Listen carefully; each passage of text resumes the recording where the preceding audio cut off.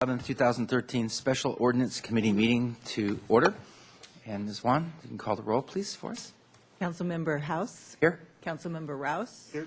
And Councilmember Hotchkiss. Here. All right, very good. So who wants to summarize where we left it and where we're going? Good afternoon, Mr. Chair and committee members.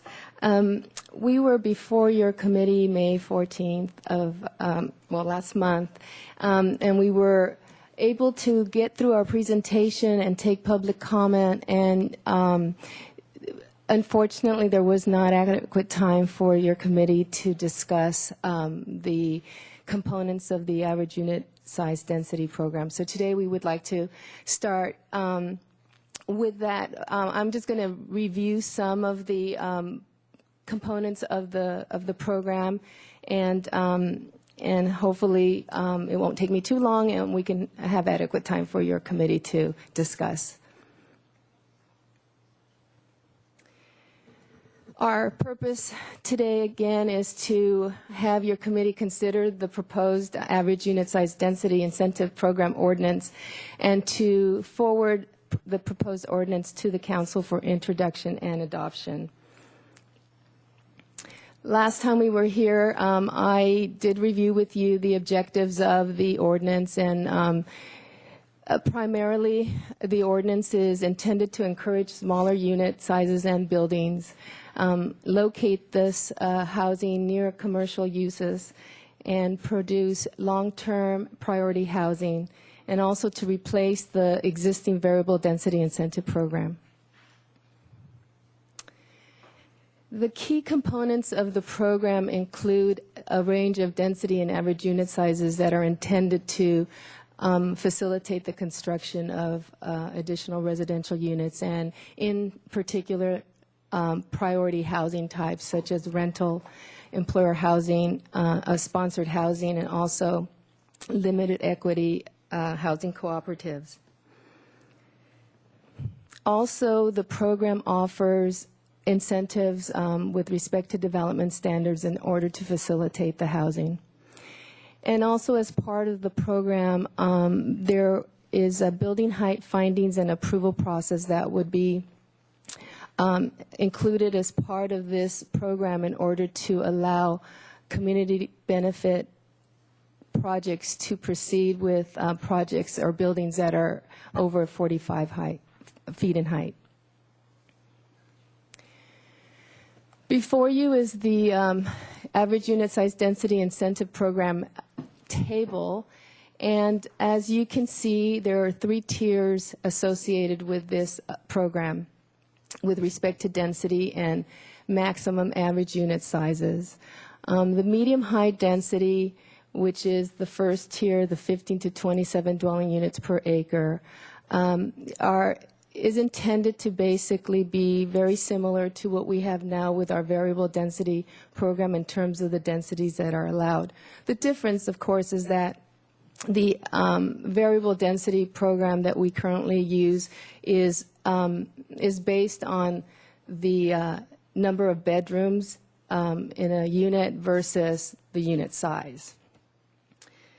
Then we have the high density, which is mainly located in the commercial area, the downtown. And then there's the priority housing overlay, which is an overlay that allows additional density, but it applies to the high density designated areas. There has been no change to both the medium high density and the high density numbers, both the density and the maximum average unit size since the adoption of the general plan. So those have remained constant.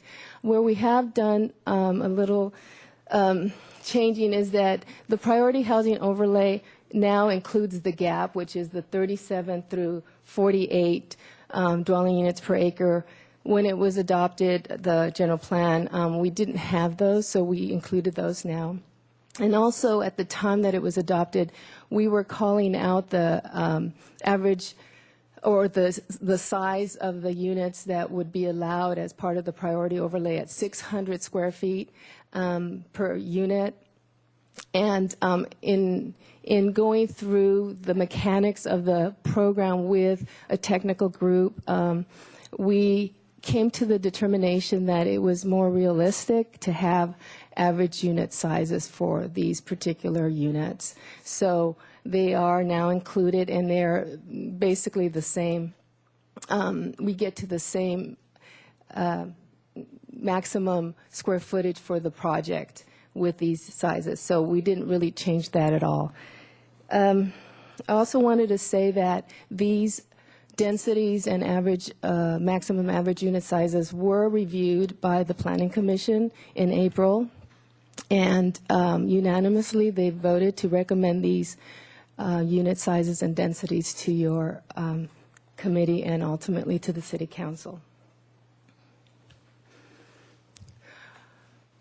This slide is included. It's to show basically that there are projects that are currently constructed, as well as there's a project that is approved and one that is pending, and it shows you what the average unit size of these projects are.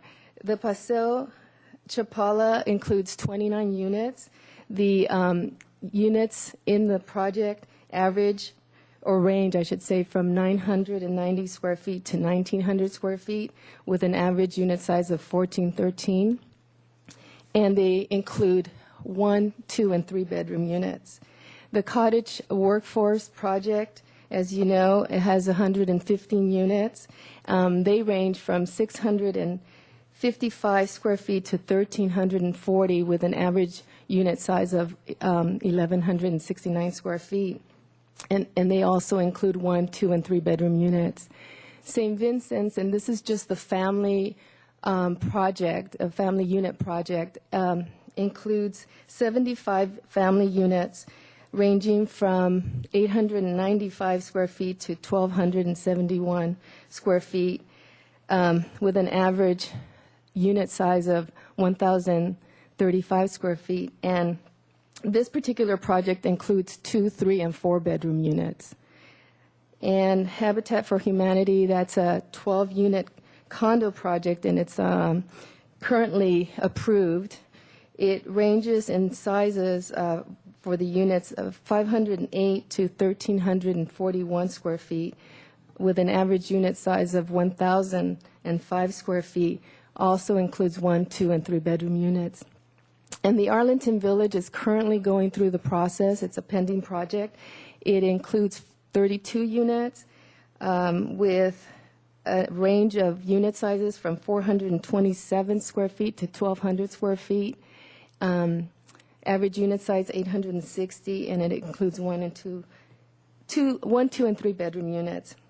And so we wanted to show you this slide with examples to show that we do have projects that have been approved, that are currently going through our process, and that are constructed, that have been able to provide 2 and 3 bedroom units with an average unit size that are consistent with the average unit density incentive program. Mr. Rouse, that's a question. Thank you, Mr. Chair. In this analysis of the proposed and the existing and things in the pipeline for these unit sizes, are there also market data as well? Because what we're talking about, of course, is trying to provide workforce housing. So is there a correlation? I mean, and I realize that some of these are not online yet, and I realize the market's variable, but since that's kind of the whole point, I wonder if that kind of data is available to correlate with what we're talking about or in terms of inventory. If I'm understanding your question, whether these projects have market rate units associated with them? No, I'm just curious about the results. I mean, we're talking about planning. We're talking about a goal in mind. And I have no idea what the Arlington Village units of average that size are really going to sell for. Their intent is to provide workforce housing, which I doubt. But as we go through this exercise, when we go through this kind of a, complex little puzzle we're trying to solve, are we actually getting to where the goal of the whole program is? And that was kind of my question. And Chair House, I might respond. Certainly on the projects on the screen, we have a certain amount of information about those. The Arlington Village is proposed as a downtown rental project, and it's only just going through the process now, so we don't have any information about that. The Paseo Chapala was a very successful project. It also included affordable housing as well as market condominiums. And my understanding is when that came online, and it sold quite well, but that was before the downturn. The cottage workforce housing, of course, I think you know about that it was sold primarily to the cottage employees, and that's been a very successful program. There are market units within that project as well that aren't included in the, well, are the market units included in that average? I guess they are. Yes, they are. Yeah. And there were 34 market rates. And some of the market units were taking a bit longer to sell. They were targeting, market rate housing in a difficult housing times. But St. Vincent's, of course, that's an affordable housing project, and that had full occupancy, and Habitat for Humanity is a participant involved. But in terms of the average unit density and your basic concern, this is a program where we are going to monitor the outcome of these projects. So any projects approved under this, we are calling for reporting on rent rates, sale price, turnover, vacancy. So as part of our adaptive management program, we will have tracking of the success of the program as part of this.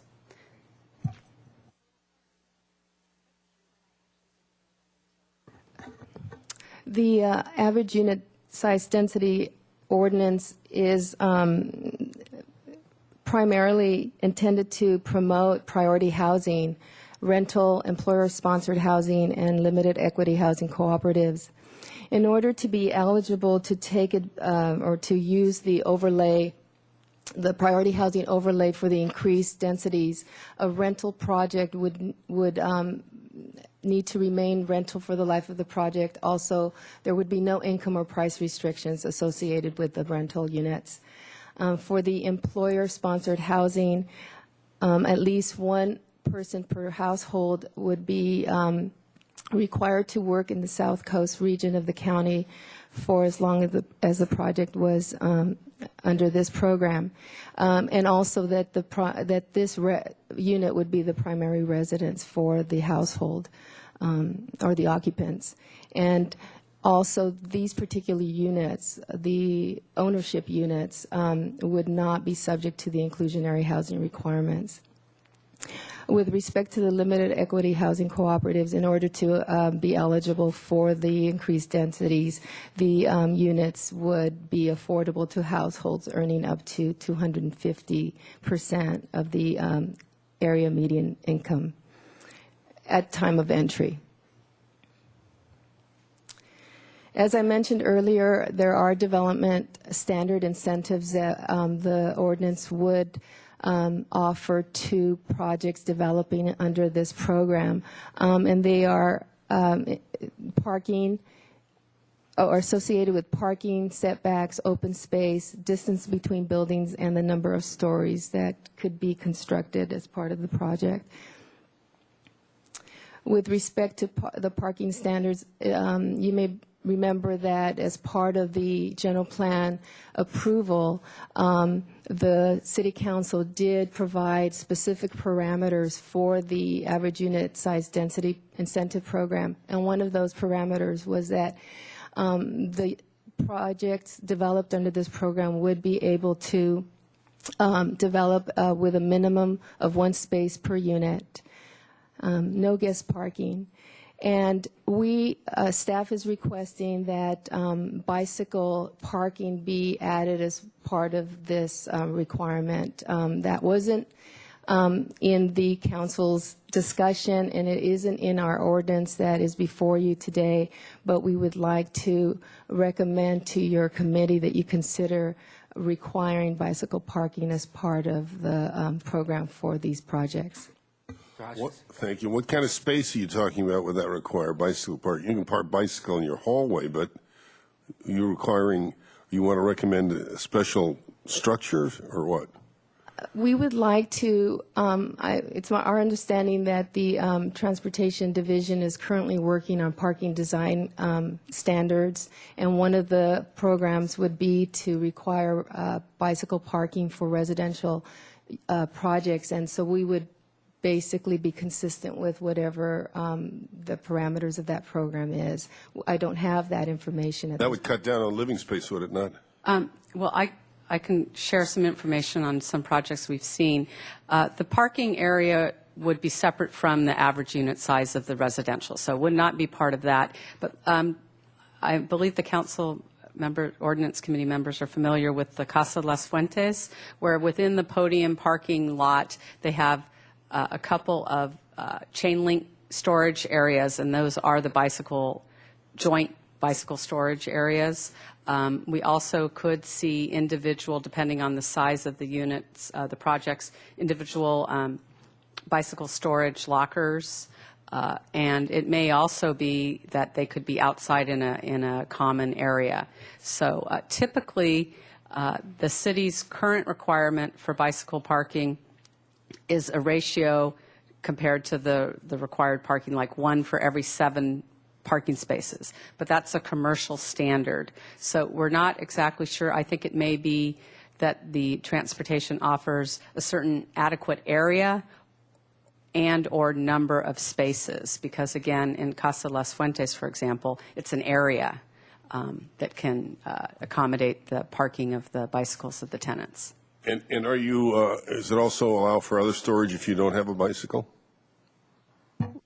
In that case, it's exclusively for space. it's exclusively for bicycle parking. So you can't put anything else in there? No, I don't think you put anything else in there.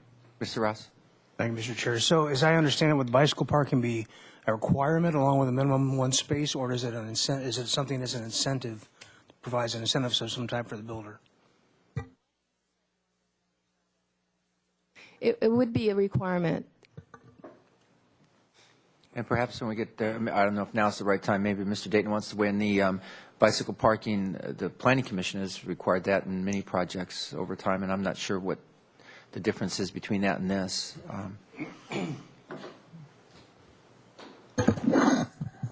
Yes, Mr. Mr. Dayton. Chair, committee members. The intention of the bicycle parking is to make it more convenient, and the likelihood that people will have a bike and use it. All the properties that will be in the area will be extremely bikeable and easy to use. So it's kind of I don't know, mitigation is probably a strong term, but for the fact that the council is asking for 1 space per unit option on these properties, we want to make it a firm availability or really easy for them to have access to their bikes and make sure that that is an easy thing, just like it's easy to use your car and make it the same amounts. And storage is usually one of the biggest impediments next to the route to get to your job. Storage is usually the next biggest impediment to use of a bike. And Mr. Dayton, some kind of secure storage, I would imagine. You're not talking about bike posts out on the sidewalk, are you? Or That's correct. And Ms. Hennon nailed it when she said, inside the podium, or we call it bike corrals. It just gives another level of security. So you have a place in the community storage place for your bike. You can lock your individual bike in that space.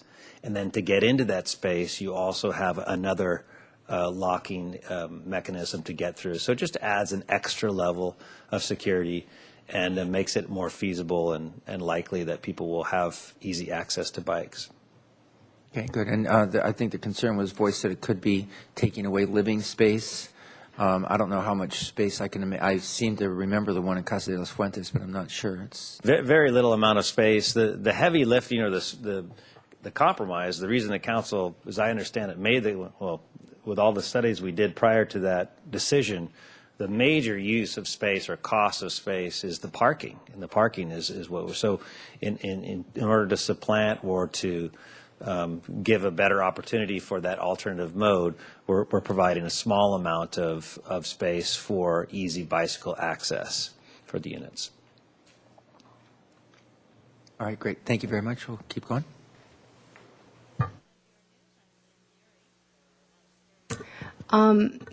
last time we were here, I went through the setback incentives that the ordinance would provide for projects developed under this program. And in order to make it hopefully a little bit clearer and easier to understand, I've put together these tables to help with the showing how this would work. The zones that are reflected here are the zones that would apply under the AUD program. The proposal is to require a 5-foot variable setback for the frontage of the project. And as you can see on the right-hand side are the existing front setback standards that the ordinance currently has. So the RO, for example, currently requires that a 1- and 2-story building provide a 10-foot front setback, or if it's a 3 or more story building, it would require a 15-foot setback. The average unit size density program would require a 5-foot variable setback for the front. And that would be the same for the CP, CL, C1, C2, CM, and SD2 zones. And you can see what the requirements are. Under the C2 and the CM zone, currently those zones do not have a setback. If you're a mixed-use project, you are not required a front yard setback. If you are an all-residential project, you are referred back to the R3, R4 setback standards of the municipal code. So those particular zones would now, if you're developing under this program, you would be required a 5-foot variable setback. There is an asterisk there for those two zones, and if you note on the bottom, it says that no front setback on lots on State Street between Montecito and Sola Street and the first blocks east and west crossing State Street between and including Montecito Street would be required a setback. So those particular lots would still continue not to have a setback requirement. For setbacks, interior setback, so that would be a setback that is not a front yard setback. It's an interior setback adjacent to non-residential zone. No setback would be required for the zones that are identified on the slide. And you can see on your right-hand side that currently there is, for the RO, there are setbacks required. The rest of the zones, if they're mixed use, do not require a setback, so that would be consistent with what we're proposing. However, we're also proposing that if it's an all-residential project in a commercial zone adjacent to a non-residential zone, you would not be required a setback for your interior yard. Excuse me. Mr. Hotchkiss? Well, tell me the reasoning behind these changes, setback changes. Chair House and Councilmember Hotchkiss. On this slide in particular, what we have found is that under the current code now, if you have a mixed-use project and you're in a commercial zone and you're surrounded by commercially zoned properties, mixed use, there is no interior yard setback. That's the city's current mixed-use standard. So if you're all residential, then you do, even though you might be on a C2 lot and have an office building next door. So what applicants were doing is they were putting a token amount of commercial so that their project would become a commercial mixed use, and then they wouldn't be required to have the setback. So in this particular slide, this is a point that we've discussed for some time now, that to allow in the commercial zones the all residential project, same as a mixed use project, not to have a requirement for a side yard or interior setback. Now that doesn't mean that you don't see any setbacks. In fact, many projects do have many mixed-use projects that currently under the code don't require a setback, the applicants and the design still provide setbacks because that's where the amount of open space is, tiering back, second or third stories, creating patios and such. So we don't really end up seeing property line to property line. That's this particular slide, but all the slides that we're going through on the setbacks, these were developed as incentives to make it more attractive to build the housing and achieve these higher densities that the ordinance is about. So this gets around the sort of what people were doing before, which is sort of gaming the system. On this one particular slide, on the interior, yes. And then the 5-foot setback for the front that Ms. Nsueta had before, the origin of this actually relates to when the building height debate was going on.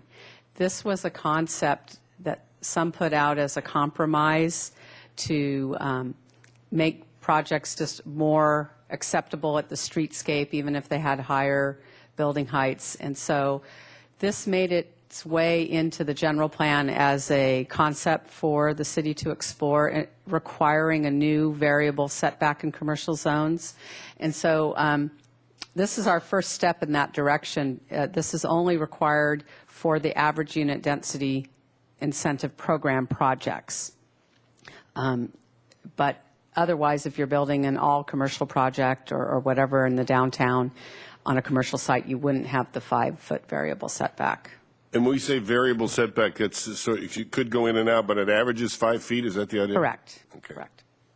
And then back on that other slide, the one that was showing interior setbacks, I mean, I think part of that is commercial buildings with no required setback very often are built with the anticipation a blank wall is there for another building to be built right next to it. I mean, the commercial areas are design of those buildings is made like that. So that might not be a really great place to have a setback if you want, unless you want to create a very dark little narrow channel through which not much light will come. But we have seen some of the development have like light wells, for instance, on a side, and those seem to be very practical. So these would not be required, but they could create a setback if it fit with the design.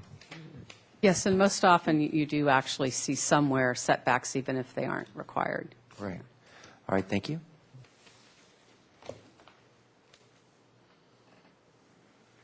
For projects developing under this program that are adjacent to residential zone, the ordinance is proposing a 6-foot setback. And currently, as you see on the right-hand side, buildings are required when they're adjacent to residential zone in a commercial zone. They are required a 10-foot setback or half of the building height, whichever distance is greater. So the incentive here is to reduce that particular setback to 6 feet instead of the 10 or more if it's a building that's more than 20 feet in height. The proposed setback for the R3, R4 zone is generally the same as what we currently have in our municipal code, except that it's been simplified. So currently, if you are a 1- and 2-story building in the R3, R4, you have a front setback of 10, interior setback of 6, as well as the rear. If you are 3 or more stories, you have a setback of 15, unless your 3rd story is half of the floor area of the first, and then you get to take, instead of doing the 15 feet, you get to go to 10 feet for 10 feet for the ground.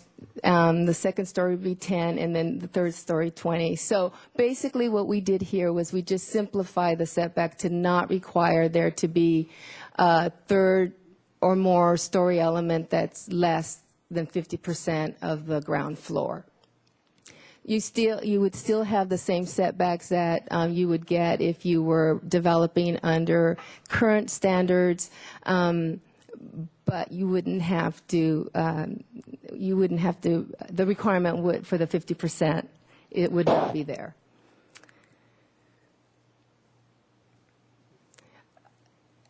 The incentives for the open space requirements, currently there are two methods that a project could use when developing and providing their open space. Method A requires a private outdoor living space for each unit, a 10% open space on the ground, on grade, and also a common area with minimum dimensions of 15 by 15 feet. The proposal is to eliminate the requirement for the 10%. So the projects developing under this program would still be required to provide private outdoor living space for each unit and the common open area, but not the 10%. If a project decided that they wanted to apply the method B, which is basically a 15% common open space area, and that's taking the project's lot size, and 15% of it would have to be an open space, then currently that open space would be required on the ground. It could be provided in multiple locations, and at least one of those locations would be required to be 20 feet by 20 feet. Our proposal and the ordinance is to allow the 15% to be provided on any floor of the building, of the project building. It would still be able to be in multiple locations. It would still require the 20 by 20. And if the project were within a quarter mile from a park, the 15% could be reduced to 10%. So that's the difference in that method. There is also a distance between buildings incentives that is being proposed. Currently, if you are mixed use or a 100% residential building, you are required to set your buildings or separate your buildings by at least 15 feet. The incentive here, or the proposal here, is to reduce that distance for main buildings on the same lot from 15 feet to 10 feet.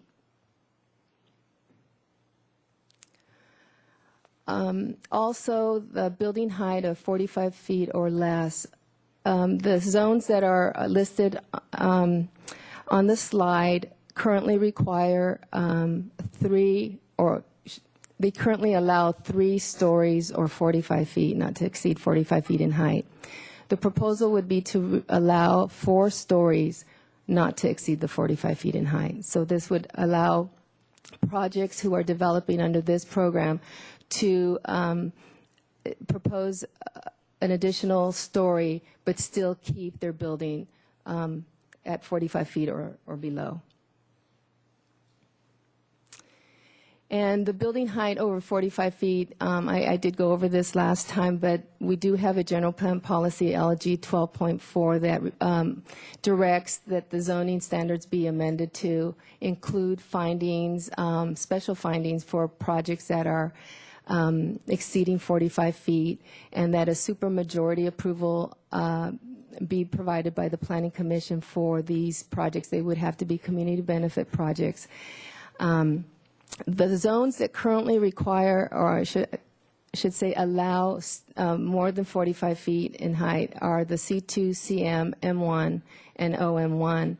And those currently allow up to 60 feet in height. So the proposal is to amend these zones, the provisions of the building height provisions, to only allow projects that are community benefit to exceed the 45 feet in height. Mr. Rouse has his light on. Yeah, thank you, Mr. Chair. Would you, for those of us that didn't grow up in the community development world, the acronyms and the different zones, can you spell those out for us, please?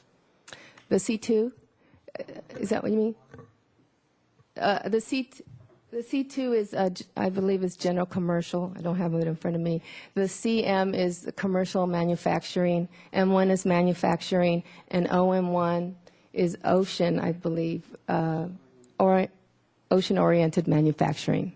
Ocean-oriented manufacturing. Oh. Well, it's not only manufacturing, right? There's a mix of uses allowed there as well? Basically, it's a Actually, the OM zone, it's not in the funk zone. That's the OC, Ocean Commercial. OM is a very limited area. It does include the El Estero and some lands around it. And the OM1 zone, I don't know if it has a 1. It has a 1? Anyway, that was a specific part of our local coastal program. And the uses allowed in the OM1 are very limited, but it also affects very few properties. El Estero is a permitted use, and that is the majority of that area. Of course, the M1 zone is the light manufacturing, and that is quite a large area of the community south of the freeway and east of or west of Milpas. That's the M1 light manufacturing. CM is the industrial area, commercial mixed area along Gutierrez and do we have a map? But yeah, but all the other areas are maximum height of 45 feet. So these are the only areas of the city that currently allow up to 60 feet in height. And OC zone is not to be confused with OM zone. That's what I was doing. Just Right. OM OC zone. is the Ocean Commercial, and that is part of the Lower State Street Funk Zone area, and that has a maximum height of 45 feet. So that's why you don't see it listed there. Right, so if you indulge me, and when you do hit those different zone definitions that are acronyms, if you wouldn't mind spelling those out for myself and the viewing public, thank you. Mr. Hodges? Right. In some of those zones, like in the C2, you can have, and there is residential housing there now. Yes, the C2 certainly allows mixed use as well as a project that's fully residential. The M1 has very limited uses for residential. This building height discussion that we're added to this ordinance really applies not just to the average unit density program. Now, put the average unit density program aside. This part of the proposed ordinance, Irma, if you could go back, is really just dealing with the question of building height and implementing this policy of the general plan. It has a connection to the average unit density ordinance because in that ordinance we talk about a community benefit land use of certain housing.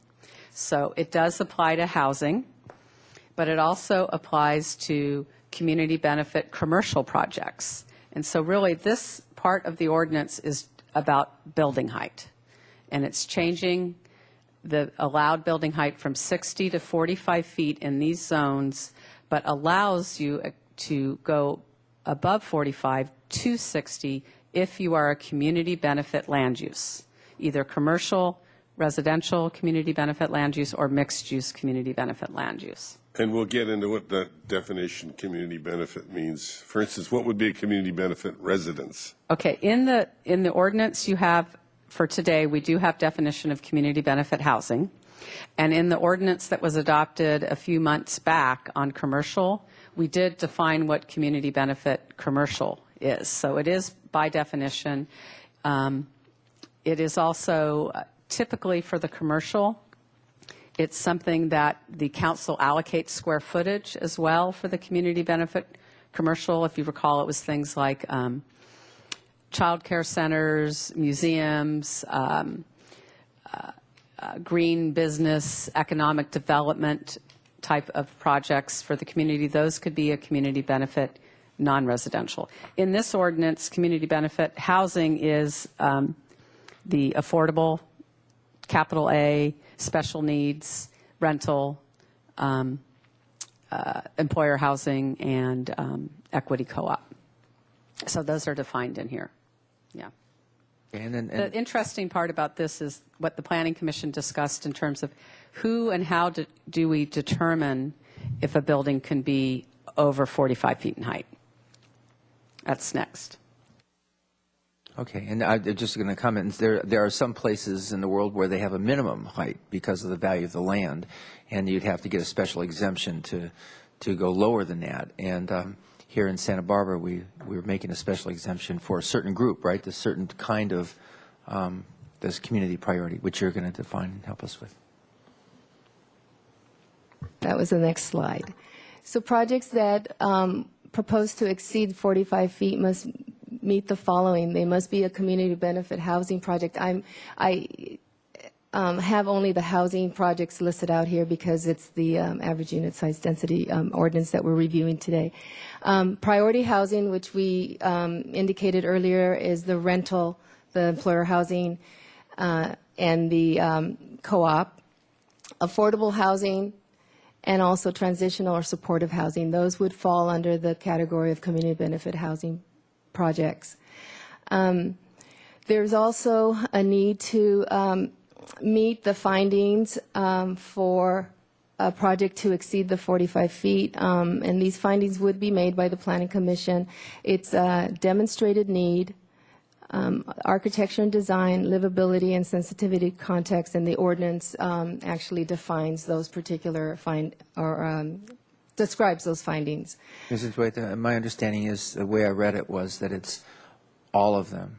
So it's not one or more or two or more. It actually has to meet each of those, have each of those findings Correct. kind of checked off by Planning Commission or whomever's reviewing it. Right. It would be the Planning Commission. The Planning Commission determines that? Yes. Thank you. Yes, they would make the finding. They would, the Planning Commission would be the body who would review projects that request or propose buildings in excess of 45 feet. So they would make these findings, and also they would have to be a supermajority vote. So there'd be, the 5 votes to be approved for the height. And before you go on again, is that for commercial and for residential, those Yes, same for 4 both. findings? Yes, All for right. both. Thank you. And here is the review process. There would be conceptual design review initially for the project, and then it would proceed to the Planning Commission for approval of the height over 45 feet. Planning Commission would make those 4 findings with a supermajority vote of 5 or more affirmative votes, and then the decision is appealable or is proposed to be appealable to the City Council.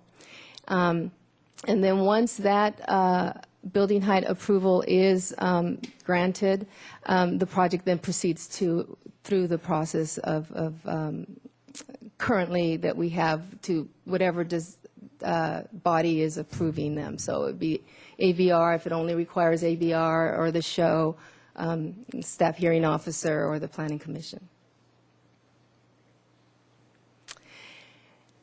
And so we're back to our recommendation for today.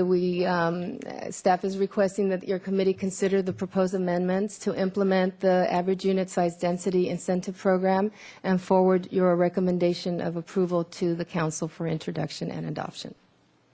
That concludes my presentation, Mr. Chair. Thank you. And I think for the public, we will do public comment on what you heard today.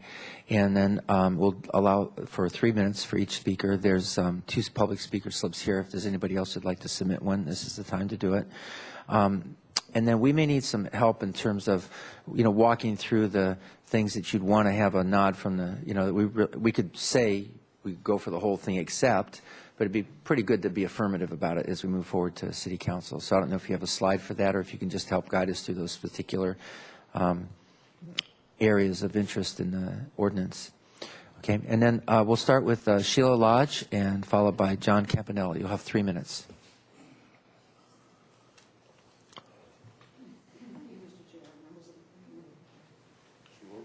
Oh, I'm sorry. Just a moment. Please go again, please. Okay. Thank you, Mr. Chair, members of the committee. I'm Sheila Lodge, speaking as an individual. I'd like to reiterate what I said last time about the reduction by 1/3, from 15% to 10%, the open space on projects in the commercial zones. It doesn't have any effect on the density, on the number of units you can have. It just affects the livability. And I know a comment was made last time, oh, well, people can walk to the park. It's not the same as having trees and greenery outside your window, and a space where you can go outside and be outside and feel comfortable outside. That particular section is on page 11, section 2, continues on page 12. It says, in addition, for projects developed in accordance with the AUD, it may be required to common outdoor living space may be located at either grade or on any floor of the buildings. Currently, it's required to be on grade. It can be on any, if it's on any floor, that means no trees. That means, stuff in planters. And again, it has to do with the livability. It doesn't do anything to the density, the number of units you can have, but it does affect that. And I'm really concerned about the livability of these units, especially since there aren't going to be any setbacks required, interior yard setbacks required. People will not be able to see out, to see, from the outer part of the building. I also want to talk about, this time on page 8, the last section, a building height, which Ms. Unzueta just talked about. By the way, if you may remember the map she showed last time about the 1/4 of a mile from a park, there was hardly any properties that weren't within, would then not be able to reduce the livable open space by 1/3. The other thing is the building height. A little bit on the background. We went to the AUD because under variable density, developers were building very large studios, and we were getting big buildings. And used in earlier iterations of discussion of this included one of the goals as being to end up with smaller buildings. And do I remember correctly? And somebody's maybe finally realized that depending on how many units you put in it, you might not have a smaller building. And the idea was, as I said, to have smaller buildings as well. Again, it doesn't affect the density, but when you go to 4 stories, you're going to end up, and there was a project just rejected by the ABR, which was 3 stories, which they felt was too big. I understand that the advantage of it is that it gives more flexibility in design, but I think it's going to change the character of the R3 and R4 zones if we do go to 4 stories. Okay, thank you very much. Thank you. Sorry. We have a question for you, Ms. Lodge. Can I ask you a question? If it's 4 stories and 45 feet, or it's 3 stories and 45 feet, why does that change the character of the zone? I don't know of any 3-story, 45-foot R3 building because, unless somebody wanted 13-foot ceilings, and generally in rental property, people don't have that. Right, so you think it'll just make buildings taller even though the limit doesn't change? Right. Okay, thank you. Okay, thank you. Mr. Campanella?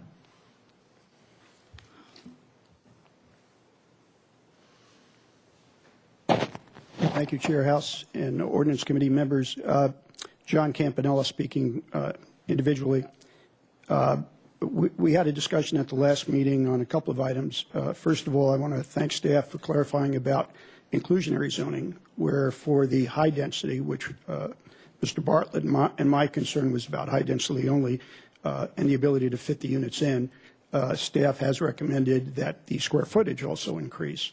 So you're not reducing the size of the other units or converting market units to inclusionary.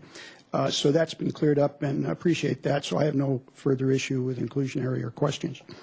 On the, just to follow up in the 3 minutes here, I gave you a memo and some backup and analysis on my suggestion last time that a 0.65 FAR instead of 0.50 in medium high would provide the ability to, if someone wanted to, provide all 2-bedroom units, which per the plan, land use element, et cetera, I gave you some excerpts out of that, really was the target, especially for sale.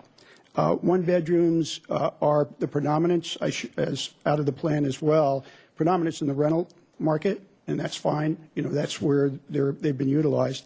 Also, high density, we've seen when you work in those, you could have some 1-bedrooms in the high density overlays, high density designations as well. The medium high is primarily areas around the downtown. And so the idea would be, is there a way to provide 2-bedroom units for young families around town and not have to, in order to make the port 5.0, not to have to start reducing the number of 2 bedrooms and convert to 1. As I show on the first exhibit, because the square footages drop so quickly from, let's say, a 2-bedroom range of 1,040, 21 units an acre, if you wanted to go to 27, you drop all the way down to 805 square foot average. That's not just the incremental units, that's everything that's gone before. So what occurs as you add a unit beyond 21, not only is that unit a 1-bedroom, but you have to go back and take 1 or 2 of the 2 bedrooms you already have in your base and convert those to 1 bedrooms as well in order to come up with an average of 805 square feet. So my calculations here as an example, at 27, approximately half of your units would be 1 bedroom. At this 0.50, and 0.50 equates to approximately a 2-story building not only in the R3, R4 areas, but also in the commercial areas, which have most of the opportunity sites around the city and around the downtown. So my suggestion was to go to 0.65. That would allow you at least to start at 1,040 at 27. For that small increment, you now can get mostly 2 bedrooms if you would like. We've already reduced the parking to 1-car parking, so that's going to accommodate the ability to get those on the site. And in medium-high, that gives another selection for people outside the downtown to go to 2 bedrooms. I think getting a good mix of 2s is sustainable. It's a very incremental small cost to go from a 1-bedroom and everything that has to go in it to just add a bedroom on, and you're housing twice as many people in that unit. All right, So thank you very appreciate much. your consideration. There might be a question for you to hear. Mr. Rouse? Thank you, Mr. Chair. 2 questions I have for you. First of all, Mr. Campanella, your response to the staff proposal for the bike parking speaking as a developer. Sure. At Paseo Chapala, which was up on the screen, we actually have two rooms that are particular for storage. And what we did was enclose them. Every occupant has a key. And the racks are on the wall, so you can fit more bikes in. And they're totally secure, and they're up at the living level. So what you're talking about is a very efficient way, similar to the Granada Garage, for example. There are ways to arrange bicycles and enclose them, protect them from the weather. And since we're encouraging people to take bikes, and especially move around in downtown locations, and most of your younger people in town and younger family formations will have bikes to get around. So I think that's, it would be, we really wouldn't be good from a marketing standpoint not to have that capability. When people buy units or rent units for the prices that we see, they don't want to have to stick them in their living room. I mean, you need a real space to protect them, and I think it's a good requirement and also a good from a marketing standpoint. So you see it as more of an amenity than an onerous requirement then for a developer. Right, and I think, too, if people are moving to a larger rental or they're moving from a rental into a for sale, they would expect something like that, because right now their bikes may be on the balconies or in the living room. So I think that would be something we should put into the projects, and we've done it before and we'll do it again. The second part I was interested in is staff's response to Mr. Campanella's suggestion about the FAR, or if you do have a response. Staff is recommending the unit sizes as is shown on the table attached to the ordinance. We believe we understand Mr. Campanella's point, is that in particularly for sale housing in the medium-high area, if the unit sizes are allowed to be larger than what we're recommending, they can develop more projects at the 2-bedroom size and hit the sweeter spot for a market for sale housing type. That's what he's proposing. Our concern with that is that we understood one of the objectives of the program here is to reduce the building size, as mentioned. And so we also understood that in the medium-high, this is going in and out, we're not changing the density, okay? It's 15 to 27 dwelling units per acre, okay? That's different than high-density area that was heavily debated, where's high density and what's overlay. So the medium-high is the same. In order to get 27 dwelling units per acre today, they have to be 100% studios. So we think that what was discussed in the community is we were not changing the density in these medium-high areas. They're going to remain 15 to 27.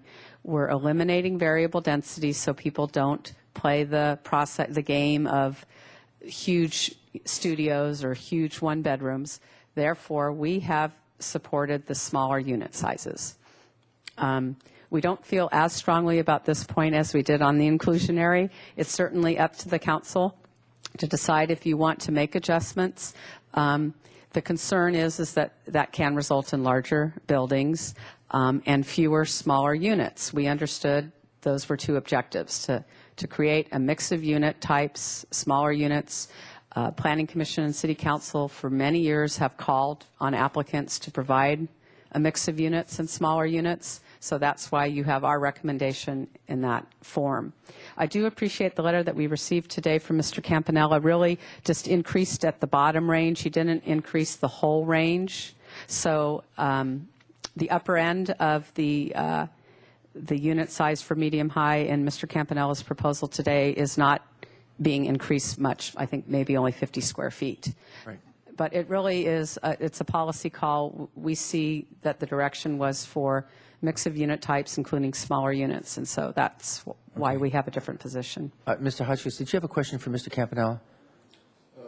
No, really, it's for staff. Okay, then hold on for just 1 second, please, while he's still there. I just want to ask a quick question. So in your recent iteration of what you were proposing, you took the bottom, those lower square footages off the chart, but you didn't, as Ms. Weiss said, take it on up to where they could become large Mongo condos or something. No, I didn't. And actually, let's say the statistics I showed you from closings for the last 6 months in the city of Santa Barbara, there were very few units that were under 805 square feet. And that's supposed to be an average.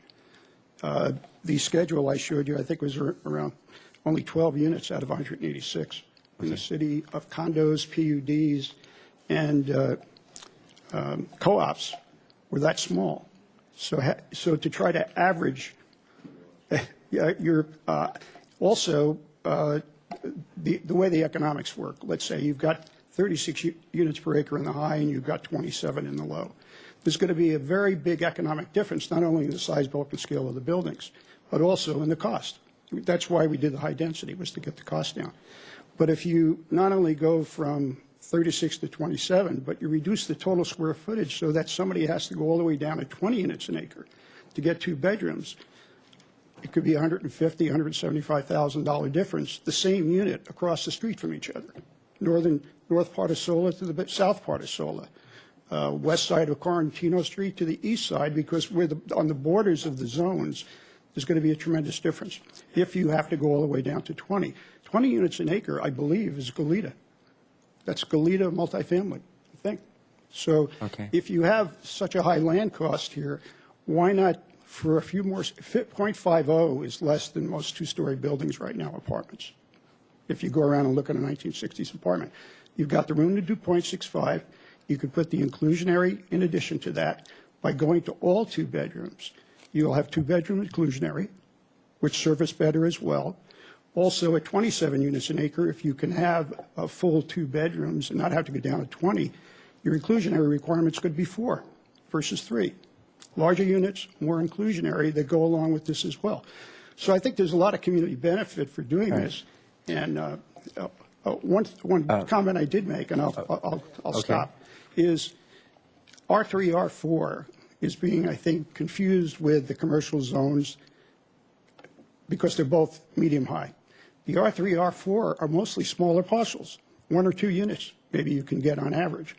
Okay, the real area that could perform and get some units for you in the medium-high are the commercial areas, larger, et cetera. So I think we have to look at not just one size fits all, and consider the opportunity to create more 2-bedroom units, especially in the commercial areas. Thanks, Mr. Kavanaugh. Thank you very much. And that may weigh in our discussion as to where, do we have another speaker slip? We do have a request for an additional speaker. He was in the wrong location. No, that's fine, please. Okay.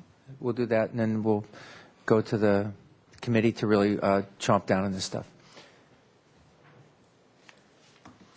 Oh, Mr. Burke, please come forward. You have 3 minutes. have about 3.5 minutes. Would that be all right or not? Got 3 minutes. Take it off. Go for it. I was walking along the Santa Barbara street side of the courthouse. There were people, excuse me, Mr. Chair, members. There were people taking down a large soundstage on the far side of Sunken Gardens. I talked to the owner, and he said that they had just had a weekend for about 600 people who came to town for a convention for an insurance company. He said that they spent probably about $1 million in town. I noticed that we had about six or so cruise ships in town this year. I'm told by where I go for Sunday services that people travel to Santa Barbara to get married. Frequently, I talk to people at Stearns Wharf, on the trolley, and on State Street asking them where they are from. A frequent response is L.A. Down from L.A. for the day, I say. Why are you here? To get away from it all, they say. The economic engine of Santa Barbara is the hospitality industry. People come here not only for what it is, but what it is not. We have strict regulations about signs, balloons, building heights, and more to preserve the ambiance of Santa Barbara to continue to attract tourists. We have a problem. There is little affordable housing. This current ordinance attempts to remedy that by creating more and smaller units and increasing the density and hope that the market will keep the prices down. I hear great acclamation for this, but see no evidence or other models that says it works. We are depending on a wing and a prayer. This current ordinance proposal threatens the hospitality industry by increasing the density of already crowded neighborhoods and making it look like Los Angeles, and taking away the place to get away from it all and turning it into a place to get away from. Is there another solution that provides more affordable housing and no more constructing buildings? Yes. Santa Barbara has a cottage industry of property owners renting their extra bedrooms and other units in violation of zoning regulations. It is called hoteling. My next-door neighbor does this on a regular basis. And instead of ignoring this, like drugs, alcohol, and cigarettes, legalize it and tax it. Go to the utility companies, voter registrations, and walk the streets, one house at a time, and see how many cars are parked. And then give notices to tax them at the tax on transients rate. This would supply an income for the city to buy current houses and housing to rent at worker rates. Buy high, rent low. The city sets the rental rates and not the capricious open market. Families can have houses instead of cramped apartments. It takes no political courage to push poor people around, especially when fat cats profit by constructing cheap matchstick, user-hostile apartment buildings and then renting them. It takes political courage to face property owners, especially when you are turning their illegal behavior into quasi-legal, non-conforming use and taxing them. Okay, start the wrap-up, please. Yes, 6 more short sentences. Santa Barbara is a convention destination. Santa Barbara is a cruise ship destination. Santa Barbara is a people destination. Deny stuffing a crocodile into a goldfish bowl in our neighborhoods. Deny cramming poor people into inhumane dog kennel-sized apartments. Deny the Los Angelesization of Santa Barbara. I appreciate Thank you very much for your comment. And thank you for your service. All right, very good. So now we're coming back. I had a question just on the ordinance itself, and there was one thing that as I was reading it, I know it's just in front of me, but I couldn't quite understand. If we turn to page 21, at the very bottom, this is the area, actually, yes, that's the first place where it says 2869050 building height, and then it talks about maximum building heights. And then we go a little further on to page 24, it's 2872050 building height. We do the same thing. And we go on again to 2873050 building height. And each one of them has the same, almost the same exact kind of narrative. And would please distinguish for me what I'm looking at. What am I missing? Are these for each of the zones? That is correct. Well, we had maybe we could change the title to represent, to identify that it has to do with a particular zone area? Well, the way the ordinances work, and Mr. Vincent this is just how you see it at the time of it being adopted. Each one of these sections will go in the right place when it becomes codified. And so when you open up the C2, it'll be there like you want it to be. When you open up the OM1, the one we were just talking about, it'll be there. This is just as a package how. That's like doing Groundhog Day as I read that. I mean, each one was like the same exact. That's why. Okay, Yes. I get it. So those are the sections that will get put into the book in the right place. Thank you. So in case anybody else wonders, there's no such thing as a stupid question today, so go right ahead and have at it. Mr. Hotchkiss, please. I think one of the points that Mr. Campanella made, and I would agree with, is that the 2 bedrooms are more marketable than one or a studio, and I assume staff agrees with that.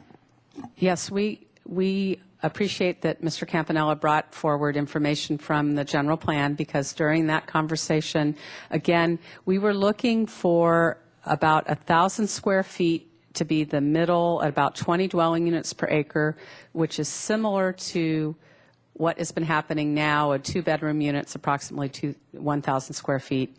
That was understood to be the most popular unit type and unit size. And when we, or bedroom, 2 bedrooms. Yeah.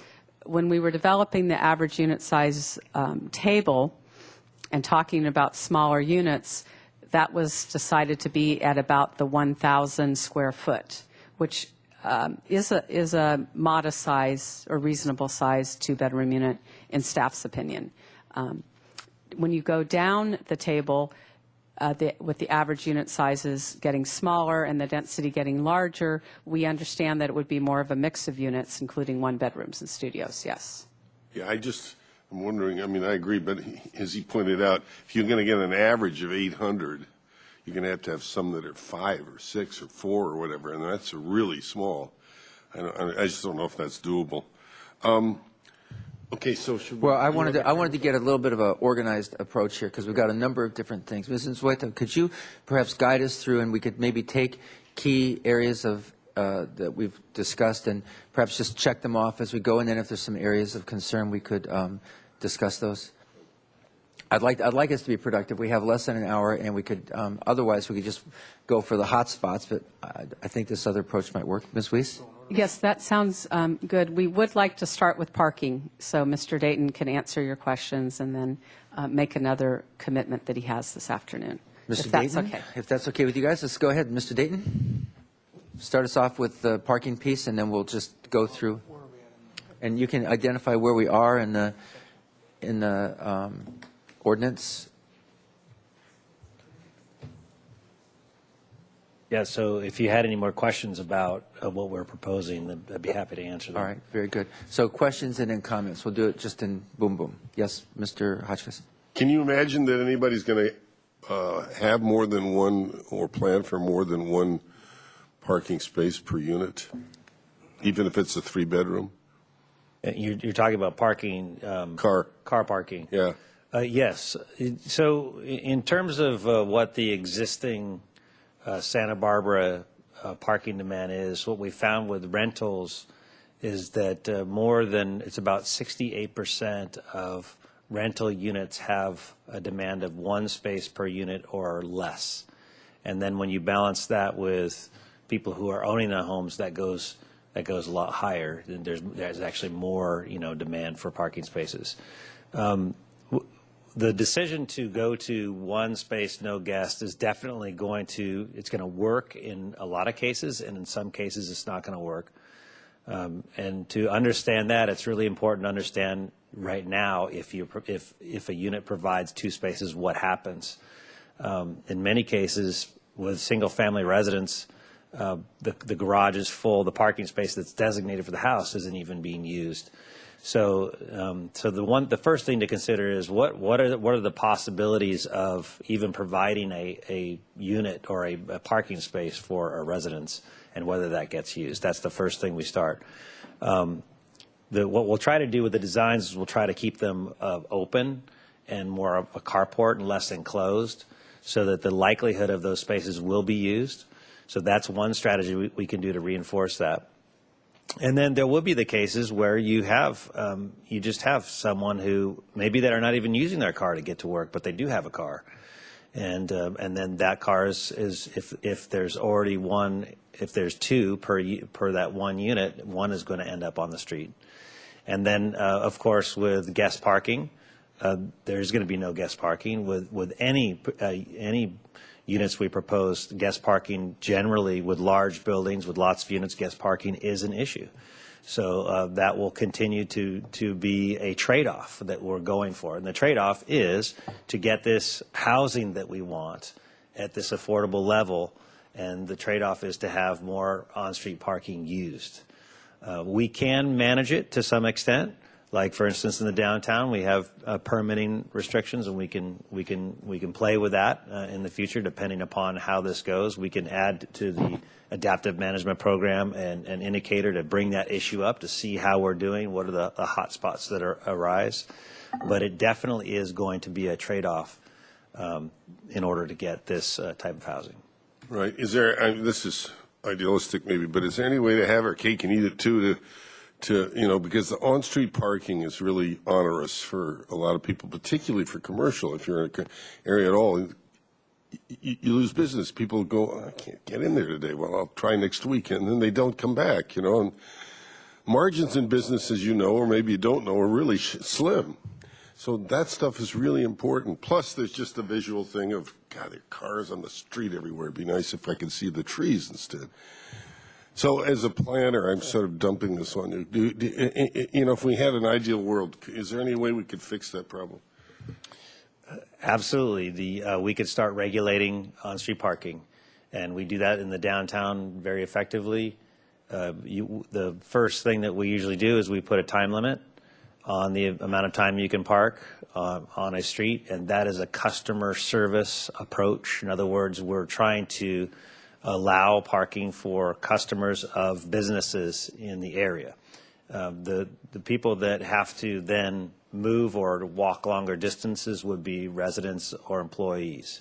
So that's the first thing we can try, and there's other approaches we can look at to get our cake and eat it too. Well, you know my aversion to parking meters, so we're not going to go there. But all right, thank you for answering that. Well, and Mr. Hotchkiss and Mr. Dayton, correct me if I'm wrong, but like downtown, we already require only one. The developments that we've had have often not just provided one, they provided more. But we also regulate the parking on the street, and those things are complementary. And we've had that for a number of years, right? That's correct. We're doing that now. That's correct. And it's important to bring up history, because the time when we made that shift in the downtown was 1981. And at that time, there was a insurgent of new drivers in America where the number of cars per household was going up, and the number of required parking spaces at businesses was also going up. And we made a conscientious choice as a city to not do that in the downtown and to create parking shortages. And the reason we did that was in the name of transportation, because one gentleman in this public portion of the shared about not wanting to be like L.A. In fact, it said that in the 1964 general plan that we do not want to be like that. And that strategy was to curb the amount of traffic that we had in town by limiting the availability of parking. And that strategy has been extremely successful, to the tune of us as a small city getting on the map, if you will, in America, of being one of the highest uses of alternative modes. Well, but our one-stop parking system here has been really effective. That's what get cars off the street. That's correct. That dovetailed and played into it significantly, the Park Once concept. And the customer-oriented, it's a customer-oriented system. It does not meet the needs, or not intended to meet the needs, of residents and employees. Okay, and we're going to be focusing on whether we're going to go along with what's being proposed. Mr. Ross? Thank you, Mr. Chair. So, yeah, Mr. Day, you bring up a major concern for the commercial zone. That would be the bleed over of people with extra cars, not more than one car per unit, and then taking up and shuffling around and being street parkers. Do you envision these developments to be actively managed, or HOAs or on-site managers? Is this something? I know it's a private enterprise developments. But do you, for example, if everybody had a carport, so you didn't have that enclosed area that you turn into an apartment and whatever people do, but people still decided to store bulk goods in the carport, do you envision some kind of management that's going to ensure that we don't build blight as opposed to just housing units? This is in the priority housing area we're talking about, right? For That's context. correct. So if it were downtown, right adjacent to the commercial core, where you already have issues about parking, customer convenience, and all the issues that we talk about frequently, what's going to prevent, if we build a priority unit, maximum density per acre, and we have the one vehicle per unit, or one parking space per unit, and somehow there becomes kind of the abusive issues, what what's going to be our recourse in that circumstance? I don't anticipate the issues being in the downtown. I do anticipate them being outside of the downtown. Why wouldn't they manifest in the downtown? Well, in the downtown, the way we've been handling new housing projects and the way we will continue to handle these is in the downtown we have these residential permitted parking areas. And as a resident, you can get a permit to park on the street and avoid the 90-minute time limit. In other words, you can keep your car on the street all day.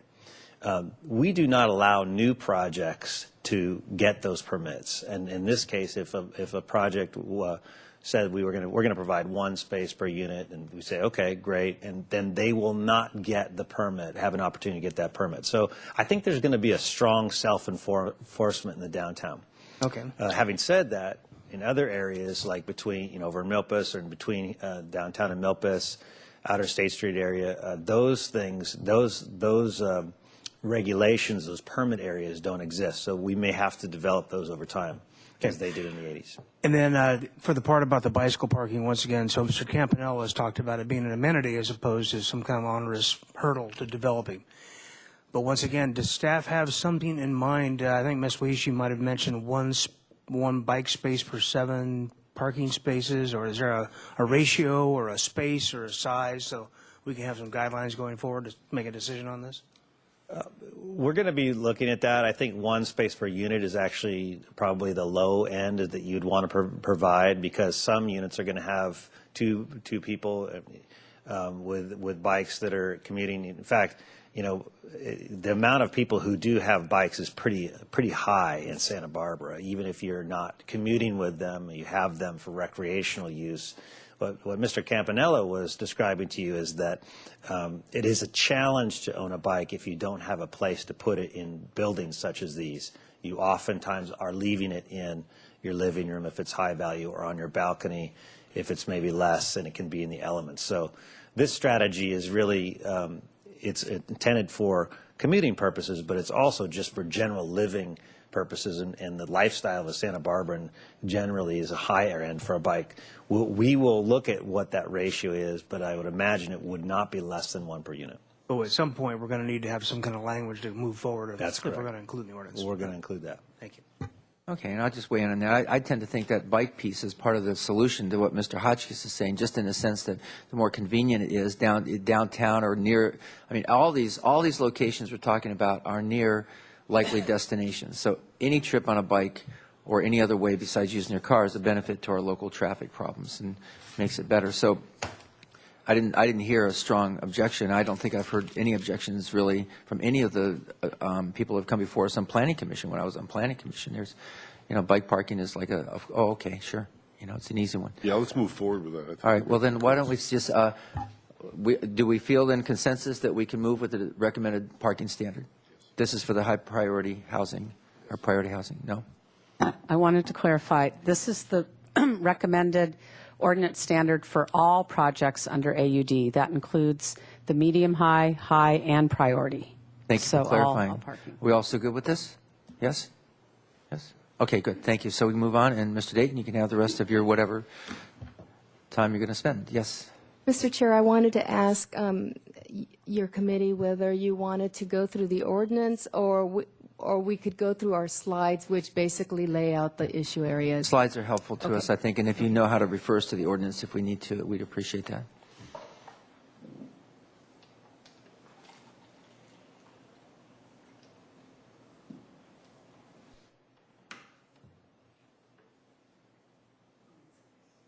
The issue of unit sizes would be one we would like your direction on. Thank you. And I'll just start and say I believe the priority housing overlay and the high density appear to have gotten it right. I believe that the medium high density has it right, except it goes too low. And I do believe I've listened very carefully. At first I was kind of skeptical, and I've kind of been brought over. I appreciate the rationale and especially the most recent information that we got. I would stop it at 1040 there and let it be below. Just take the lower ones off. Partly the unintended consequence of this one would be that we would be in the medium high density with the current schedule up there. we could be missing the opportunity to really be providing housing for families, and to allow for this. I mean, to guide it towards the 2 bedrooms and being able to have, for instance, an all 2-bedroom project that penciled out. I think without that, what we're going to do is we're going to have an incentive to get much lower densities than we really are hoping for, or not really marketable units that we could be missing an opportunity. So I appreciate Mr. Campanella's proposal, and I would support that. By the way, we have staff reinforcements have come in from over the hill. I see Mr. Ledbetter here today in case we have questions for him. Yes, Mr. Hotchkiss?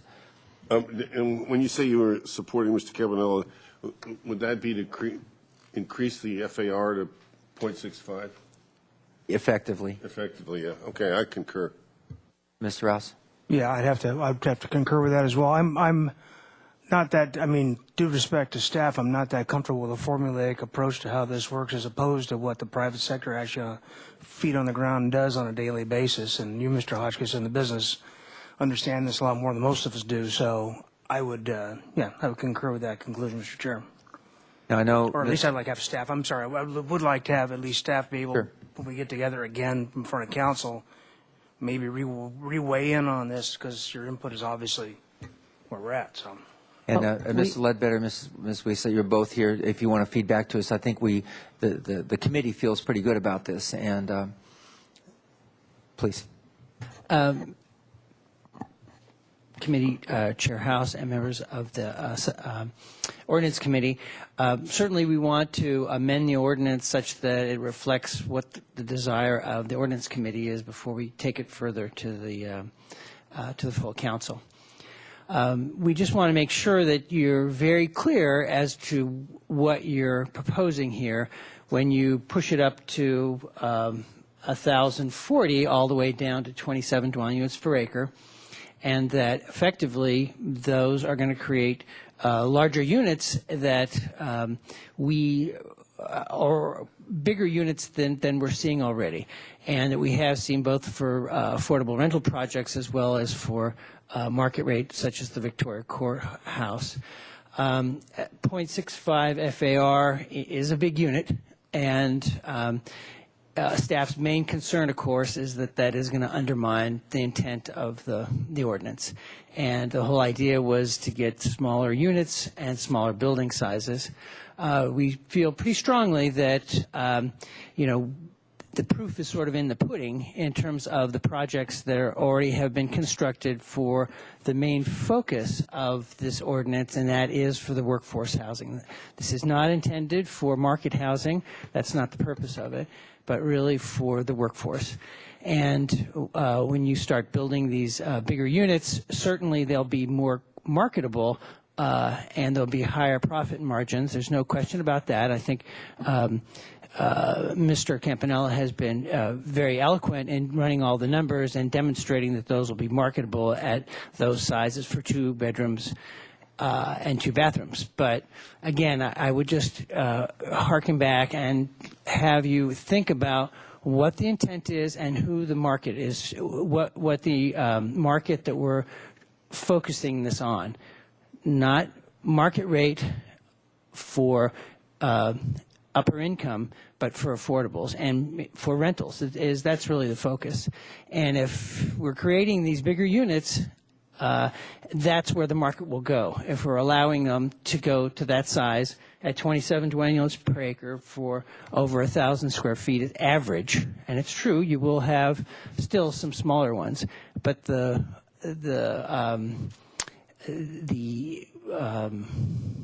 trend now is towards these smaller units, and we've certainly seen it over the last 10 years for our big A affordables that you can get 3 bedrooms and get a family into a smaller size, into an 800 square foot unit, and when it's workforce housing and not market rate.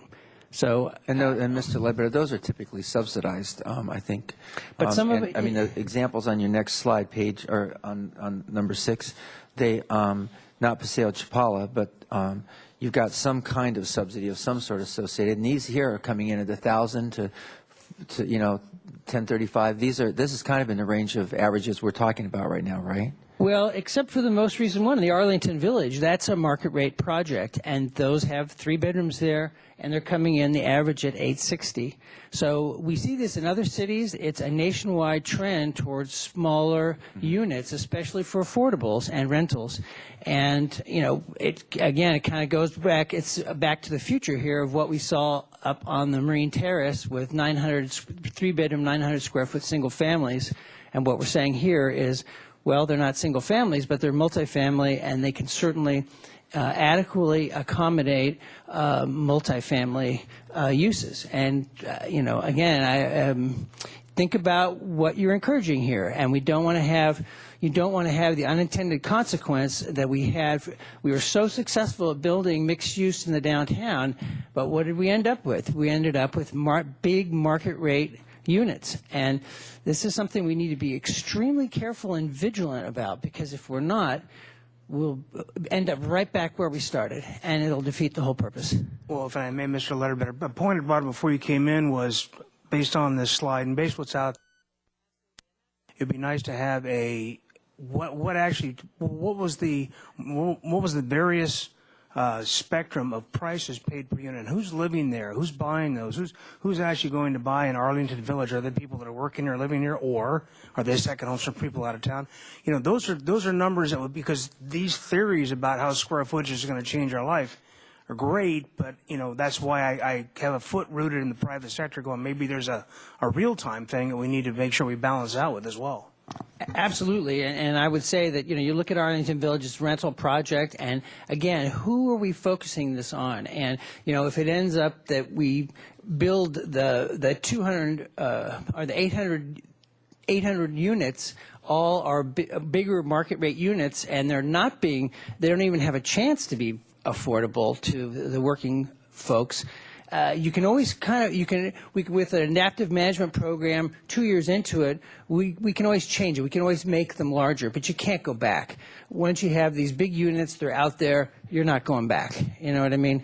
So we can look at these after 2 years in the process and say, this doesn't seem like we're getting any traction here. We're getting no projects being proposed. You know, then we can say, okay, well, let's try making them a little bigger. But you start, you know, going immediately to what the market wants with these higher profit margins, that's definitely what you're going to get. And you just need to be cognizant of that. Thank you. We really take your comments to heart. I'm just so you know where I'm coming from in this, and we can have this discussion at City Council too. Maybe you can prepare for that. That is that I'm looking for workforce family type housing, and if we're pushing people into the studios and 1 bedrooms and these little tiny units, at some point the livability factor kind of gets dropped, and so to be able to offer higher density of those in the 1,000 square foot range, which is kind of was our sweet spot target, as I thought, we were really focusing on that. So I'm hearing that you have a concern in the current chart. Though it already goes up to average unit size of 1,450, 15 units per acre, it's almost an incentive to build bigger ones. Seems like we need to find that place, try to really emphasize the sweet spot, and maybe you can be prepared to offer some commentary when we get back to council. Certainly our goal is not to encourage that same kind of unintended consequence we had before, but it is to make sure that we deliver a range of product, and this is not to say we're not going to see a high density in priority housing. We should have a distinction between them. And so I'm open afterwards. I think right now you're hearing the committee, think that we're supporting the idea of a 0.65 starting at 1040. And then when it comes to council, you can be prepared to really address these concerns, and so can others who have an interest. Is there anything else on this one that you want to say, or that we should? I mean, the whole world will not grind to a halt on the Ordinance Committee's decision today, but it should stimulate the conversation. Ms. Weiss, anything else? Okay, good. So we'll move beyond this one, and what's next? Actually, I have something on this I just wanted to say. You make a compelling argument, and I was going to say that one way to make it stronger, I don't know if this is possible, is to actually come in with some hard numbers about this unit like this would rent for whatever according to today's market. And we can go up and down the scale and really understand better, perhaps, your point. Does that make sense? Is that doable? John, I just gave you homework. Is that doable? Or? Yes, I think in this case, in this particular issue, because it has been really at the heart of the whole average unit density program. Staff does continue to have this concern, of course, with respect to the committee.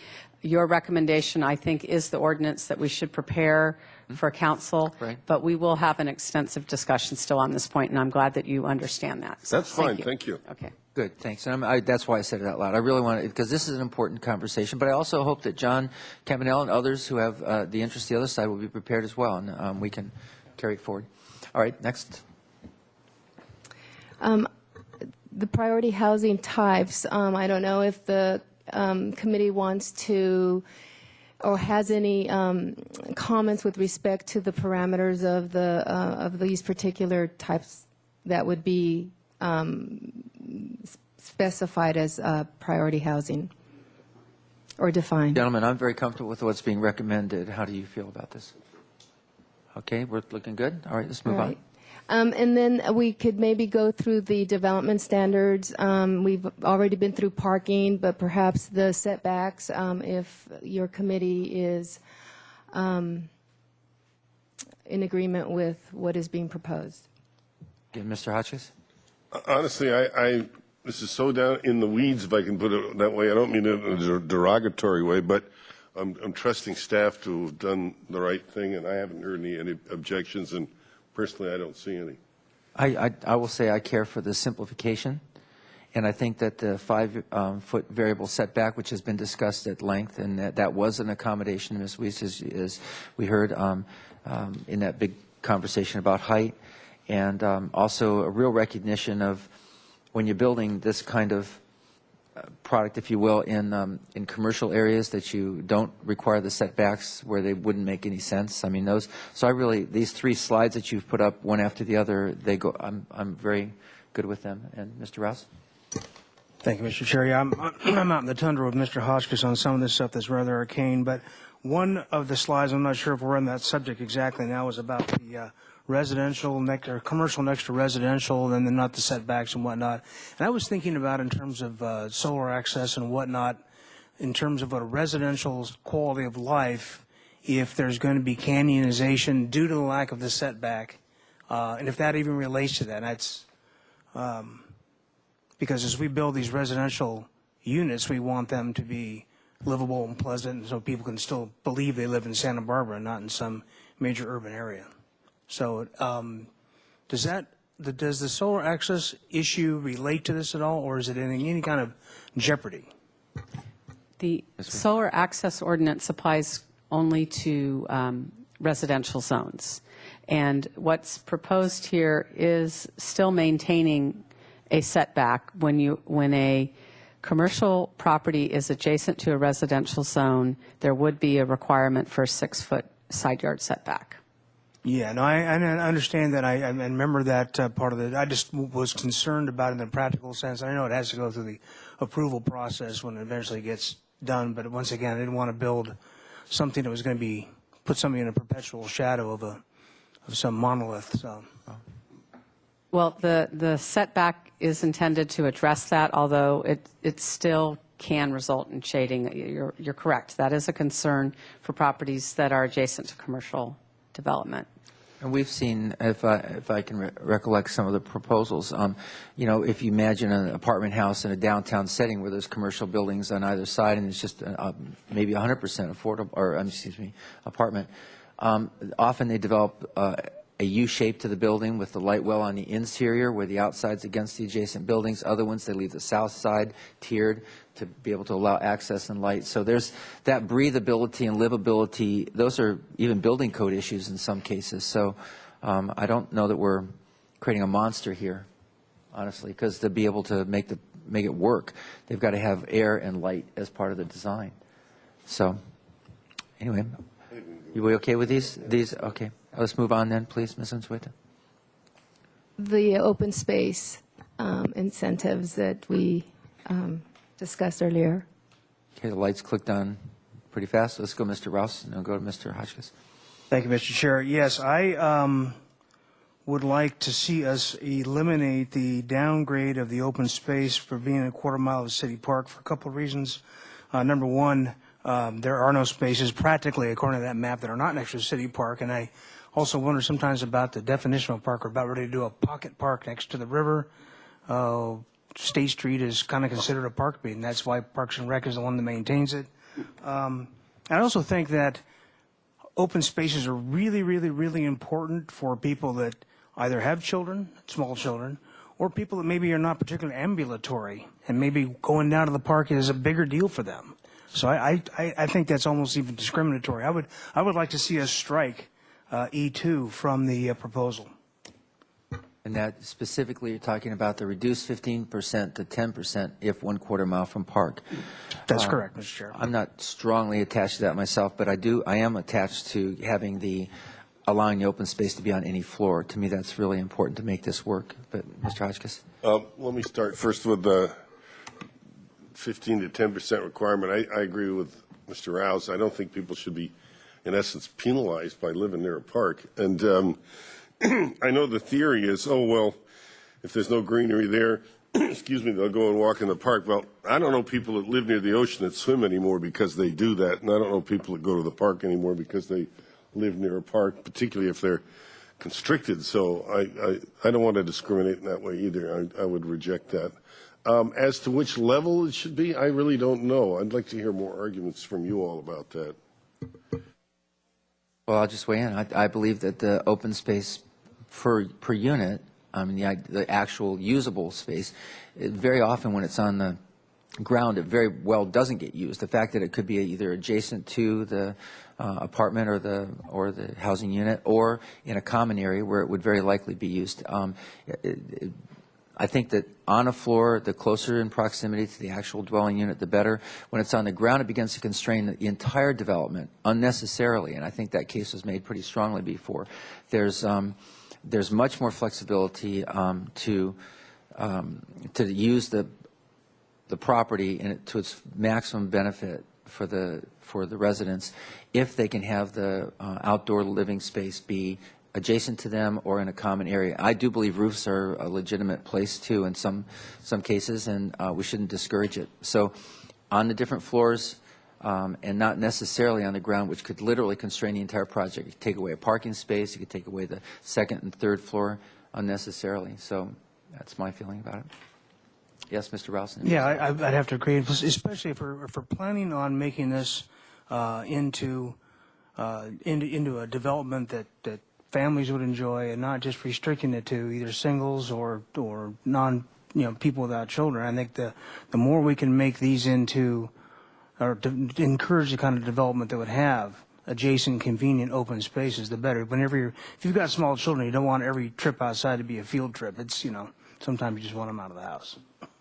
I think the argument that is compelling to me on this is flexibility. I think some people will build them, the open space at the ground floor, others will not. So I would opt for flexibility, and let's see how the projects come in. Mrs. Huerta? Mr. Chair, I also just wanted to clarify that these particular restrictions, if you will, or incentives in some cases are for those projects that are developed in the commercial zones. AUD projects that are developed in the R3, R4 would have to provide what is currently required by the ordinance. Right.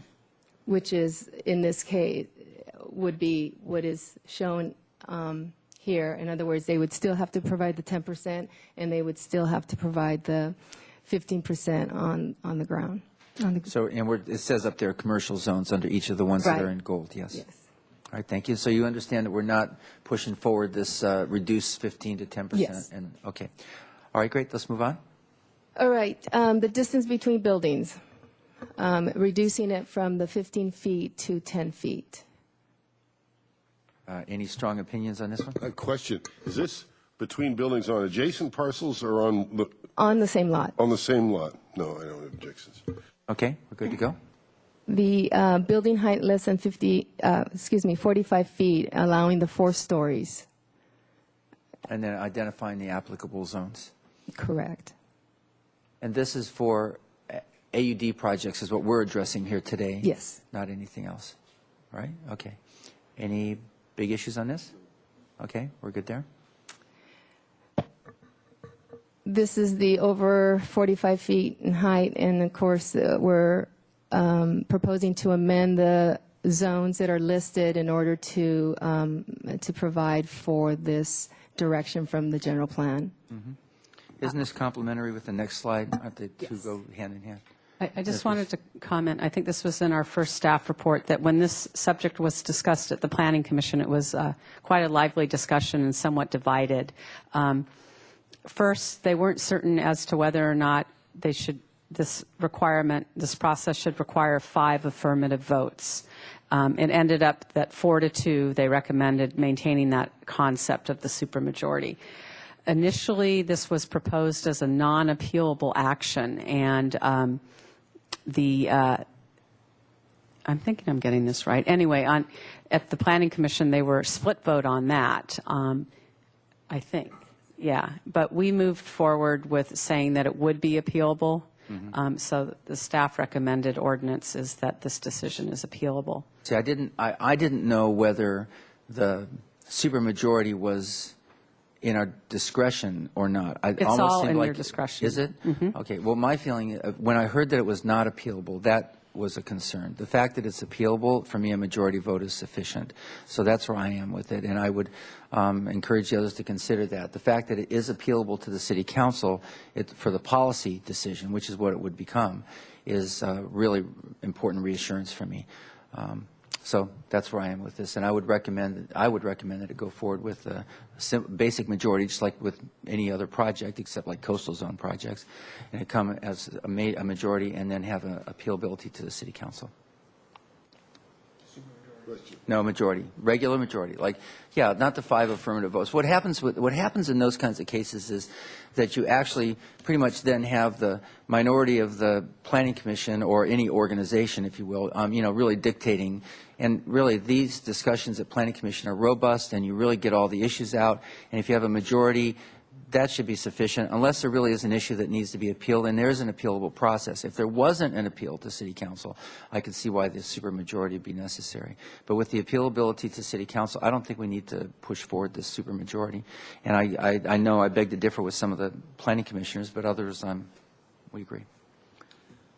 If I might, well, I want to make it difficult for people to go too high, but I think Mr. Campanella made a really insightful argument in saying that professionals were going to have a hard time staying on the Planning Commission if they had a project that came up and they couldn't vote on it, and therefore they could never get it passed. So I think your point, I think that's a winning argument, and I would agree with your position on this. Mr. Rouse? Yeah. Thank you, Mr. Chair. I see this a little more critical, and I kind of agree with staff's suggestion here because, for example, I think along the Milpas corridor, for example, where you would absolutely lose skyline vista of the mountains, I think it'd be considered by some surrounding neighbors as almost a taking to build a 60-foot building. So I think the test and the threshold should remain necessarily high. I'm glad it was also, like you are, appealable to City Council.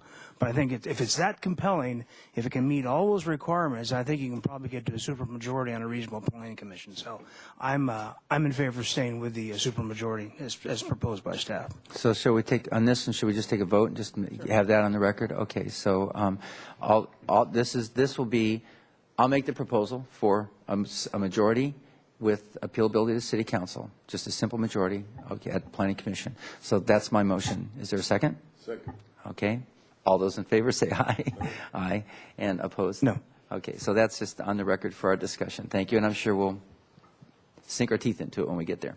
Mr. All right? Chair, yes, before sir. we go on to the next subject, I did want to make one comment regarding these height findings that came to my attention today, is that because this is covering not only community benefit housing but also community benefit projects, non-residential projects, that we need to, and that the fact that you pointed out that the findings, all of the required findings need to be made, the livability finding would not apply to a purely non-residential project. Right. And so I'll make that clear, that if it's a community benefit project with no residential use, the livability finding is not needed. All right, great. Thank you very much for that clarification, Mr. Vincent. Okay, let's carry on. We're almost done. And that is all we have, and we're now looking for your recommendation. Okay, so the way I think we would take this is a motion to see, what is it? To approve the ordinance at the ordinance committee level with the changes, as it was just described in our discussion today. So I'll entertain a motion like that, please. So moved. Okay, second, good. And this will then go to city council next after this, right? Okay, thank you. All those in favor say aye. Aye. Aye. Okay, that's it. Thank you very much, everybody. Thank you all for participating. Thank you so much.